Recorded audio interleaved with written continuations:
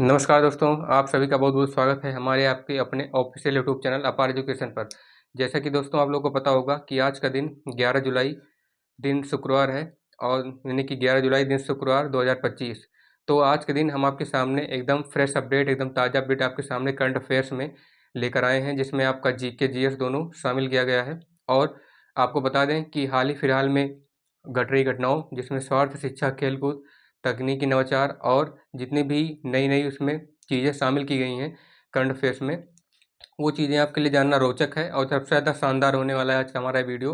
तो दोस्तों, आपको हमें हमें आशा है कि दोस्तों आपको ये ज़्यादा हमारी वीडियो पसंद आएगी। तो देखिएगा दोस्तों, क्या है, आज हम बिना वीडियो को देरी के स्टार्ट करेंगे ताकि कम से कम टाइम में हम लोग ज़्यादा कुछ अच्छा कर पाएँ। और दोस्तों, हम आपको ऐसे आसान तरीका बताएंगे कि क्वेश्चन को देखने के बाद ही आपको पता चल जाएगा कि कौन सा क्वेश्चन राइट होने वाला है, नहीं उसका एनालिसिस हम लोग अच्छे से करेंगे।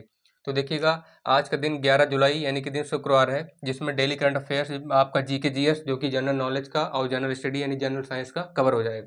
तो देखिए दोस्तों, बिना देरी के हम लोग वीडियो को स्टार्ट कर रहे हैं। देखिए, पहला हमारा जो क्वेश्चन है, क्या है कि अभी हाल ही में यानी कि रिसेंटली अभी हाल ही में क्या किस केंद्रीय मंत्री ने, सेंट्रल मिनिस्टर ने, इंडिया एनर्जी स्टोरेज वीक 2025, इसे हिंदी में बोला जाता है भारतीय ऊर्जा पर्याप्त स्थान यानी भारतीय ऊर्जा संस्थान सप्ताह 2025 का उद्घाटन किया, इनोग्रेशन किया। अभी पूछ रहा है कि रिसेंटली यानी हाल ही में अभी ऐसे कौन सा हमारे केंद्रीय मंत्री हैं जिन्होंने इंडिया एनर्जी स्टोरेज वीक 2025 यानी कि भारतीय ऊर्जा संस्थान हफ्ता यानी सप्ताह 2025 का इनोग्रेशन किया, उद्घाटन किया। आपके सामने चार विकल्प हैं: हर्ष मल्होत्रा, जगदीप धनखड़, धर्मेंद्र प्रधान, इनमें से कोई नहीं। दोस्तों, आपको बता दें कि ये जो चारों हैं, ये चारों हमारे सेंट्रल मिनिस्टर हैं। कोई एजुकेशन मिनिस्टर है यानी कि कोई शिक्षा मंत्री है, कोई जगदीप धनखड़ जो है, ये जगदीप धनखड़ क्या है, ये हमारे जो है स्वास्थ्य मंत्री हैं, हेल्थ मिनिस्टर। और ये हर्ष मल्होत्रा, इन्हें भी केंद्रीय मंत्री हाल ही में नियुक्त किया गया है। और निर्मला सीतारमण जो है फाइनेंस मिनिस्टर, आपको पता होगा कि ये हमारे फाइनेंस यानी कि वित्त मंत्री, जिन्हें हिंदी में बोला जाता है वित्त मंत्री, जो कि यूनियन बजट को पास करती हैं लोकसभा में। तो आइएगा देखते हैं कौन सा है। हर्ष मल्होत्रा, दोस्तों आपको बता दें, ऑप्शन सही है, क्योंकि हर्ष मल्होत्रा को अभी हाल ही में सेंट्रल मिनिस्टर ने, केंद्रीय मंत्री नियुक्त किया गया है। किस चीज़ के लिए, किस उनको उनका जो स्थान है कि इंडिया एनर्जी स्टोरेज वीक 2025 का उद्घाटन किया है। तो इसके उपलक्ष्य में जो है कि भारतीय ऊर्जा जो है, भारतीय ऊर्जा संस्थान वर्ष यानी कि सप्ताह 2025 का उद्घाटन किया है हर्ष मल्होत्रा ने। तो बाकी ऑप्शन गलत हो जाएंगे और ये हर्ष मल्होत्रा वाला ऑप्शन सही हो जाएगा, क्योंकि हाल ही में अभी सेंट्रल मिनिस्टर यानी केंद्रीय मंत्री नियुक्त किया गया है। आइएगा देखते हैं दूसरा वाला क्वेश्चन क्या है हमारा, कि किस देश ने भारतीय प्रधानमंत्री मोदी जी को अपने सर्वोच्च नागरिक उपाधि, यानी ऐसा कौन सा देश है, हाल ही में आपको बता दें कि मोदी जी दौरे पर गए थे, जिसमें 4-5 देश का दौरा उन्होंने 8 से 9 दिन में तय कर लिया, 8 से 9 दिन में उन्होंने किया। तो अभी हाल ही में ऐसा कोई देश है जिन्होंने प्रधानमंत्री मोदी जी को अपने सर्वोच्च नागरिक उपाधि, जिसे बोला है वहाँ के लोगों ने order of the most ancient Welwitschia mirabilis, है ना, कोई है जिसका कोई देश है, उसने जो है अपना सर्वोच्च नागरिक उपाधि मोदी जी को दिया है, जिसे इंग्लिश में बोला जा रहा है order of the most ancient Welwitschia mirabilis, से सम्मानित किया गया मोदी को। ऐसा कौन सा देश है, आपको ये बताना है। घाना, अर्जेंटीना, नामीबिया, ब्राज़ील। दोस्तों आपको बता दें, घाना मोदी जी सबसे पहले विदेश दौरा गए थे अभी हाल ही में, एक हफ्ता पहले। तो सबसे पहला दौरा था उनका घाना, जो कि उन्होंने 3 से 4 जुलाई 2025 को किया था। तो ये घाना नहीं है दोस्तों, ये अर्जेंटीना भी नहीं, क्योंकि इनका दूसरा दौरा था, तीसरा दौरा था। नामीबिया, आपको बता दें कि नामीबिया भी मोदी जी परसों यानी कि 9 जुलाई को नामीबिया गए थे, और वहाँ पे इन्हें मोदी जी को जो है हाईएस्ट सिविलियन अवार्ड, जिसे बोला जा रहा है कि order of the most ancient Welwitschia mirabilis, से सम्मानित किया गया है ना। नामीबिया एक ऐसा देश है जी जो भी जहाँ पे मोदी जी हाल ही में गए थे अपने विदेश दौरे पर, और इस देश ने मोदी जी को जो है हाईएस्ट सिविलियन अवार्ड यानी order of the most ancient Welwitschia mirabilis से सम्मानित किया। आइएगा देखते हैं आगे हमारा तीसरा वाला क्वेश्चन क्या है। केंद्र ने बाढ़ और भूस्खलन प्रभावित राज्यों को कितने करोड़ रुपए से अधिक की राशि जारी की है, यानी कि अभी केंद्र सरकार, हमारा जो सेंट्रल गवर्नमेंट है, ये केंद्र सरकार ने अभी राशि जारी की है कि जितने भी फ्लड हैं, जहाँ पे बाढ़ आई है, जहाँ पे भूस्खलन हुआ है, उससे जो राज्य प्रभावित हुए हैं, उन्हें कितना राशि, कितना रुपए केंद्र सरकार ने दिया है। आइएगा देखते हैं, चार ऑप्शन आपके सामने है।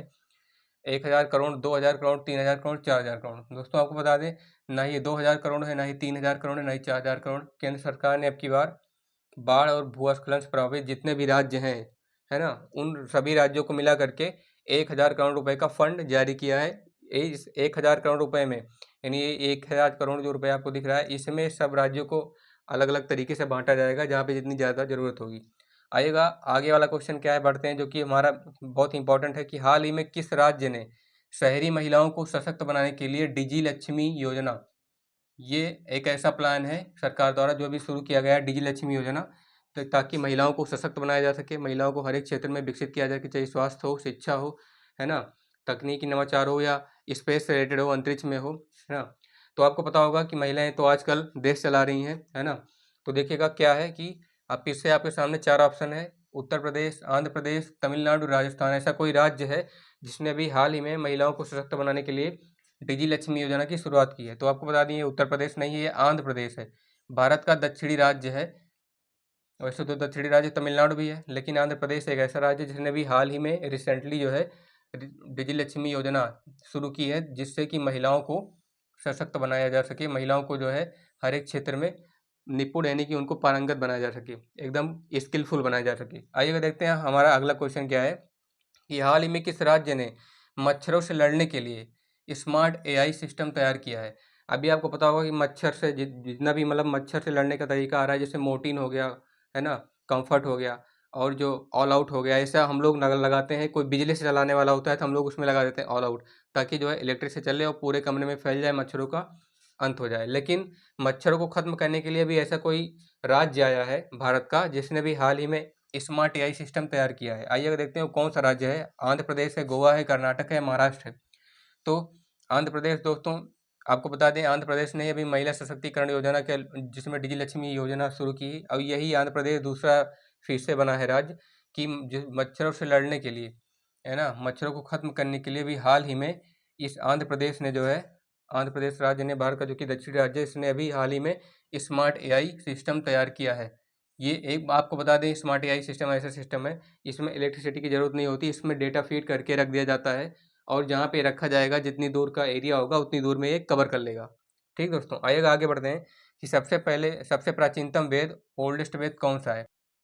आइएगा देखते हैं दोस्तों, आपको इस क्वेश्चन को देख के पता चल जाना चाहिए, जिसमें पूछा गया है कि सबसे प्राचीनतम वेद कौन सा है। ये हमारा वैदिक लिटरेचर, यानी कि वैदिक हिस्ट्री से संबंधित है।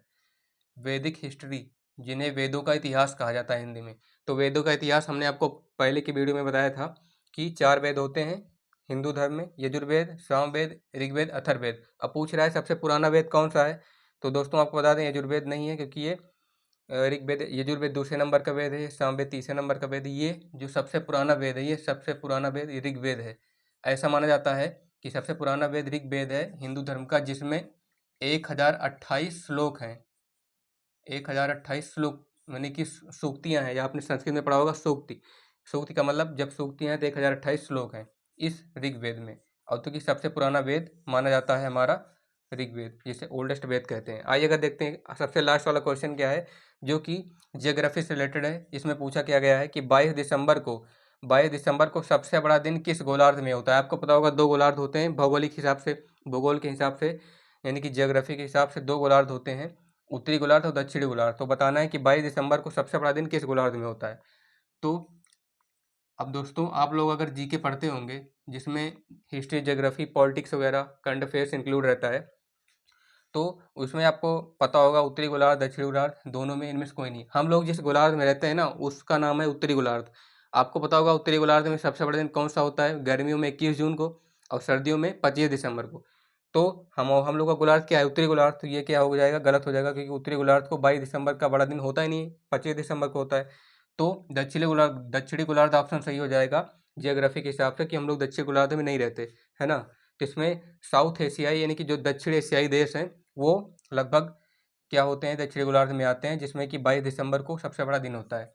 तो ये ऑप्शन गलत हो जाएगा, क्योंकि दक्षिणी गोलार्ध एक ऐसा गोलार्ध है जिसमें 22 दिसंबर को सबसे बड़ा दिन होता है, और उत्तरी गोलार्ध में आपको पता ही है कि 25 दिसंबर को सबसे बड़ा दिन होता है सर्दियों का, ठंडी में।